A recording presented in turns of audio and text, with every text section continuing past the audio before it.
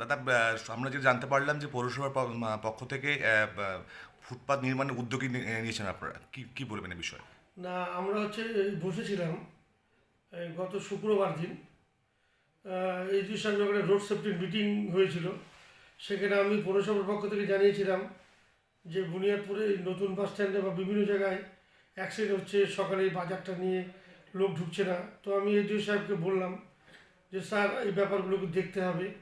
এই যদি আমরা দুদিক থেকে বেরিয়াল করে দিয়ে নিয়ে যেতে পারি আপনার পীরতলা থেকে বাস স্ট্যান্ড অবধি, এদিকে নতুন পার্ক অবধি, তাহলে ভালো হয়। এডিও সাহেব তাকে সহমত পোষণ করে বললো যে ভালো প্রস্তাব দিয়েছেন, চলো স্পটগুলো ভিজিট করি এবং অটো স্ট্যান্ডটা যে নতুন বাস স্ট্যান্ডের সঙ্গে আছে সেটাকে একটা কর্মক্ষেত্রে ওই জায়গাটা ফাঁকা আছে, সেই জায়গায় আমরা শিফটিং করার একটা পরিকল্পনা নিচ্ছি।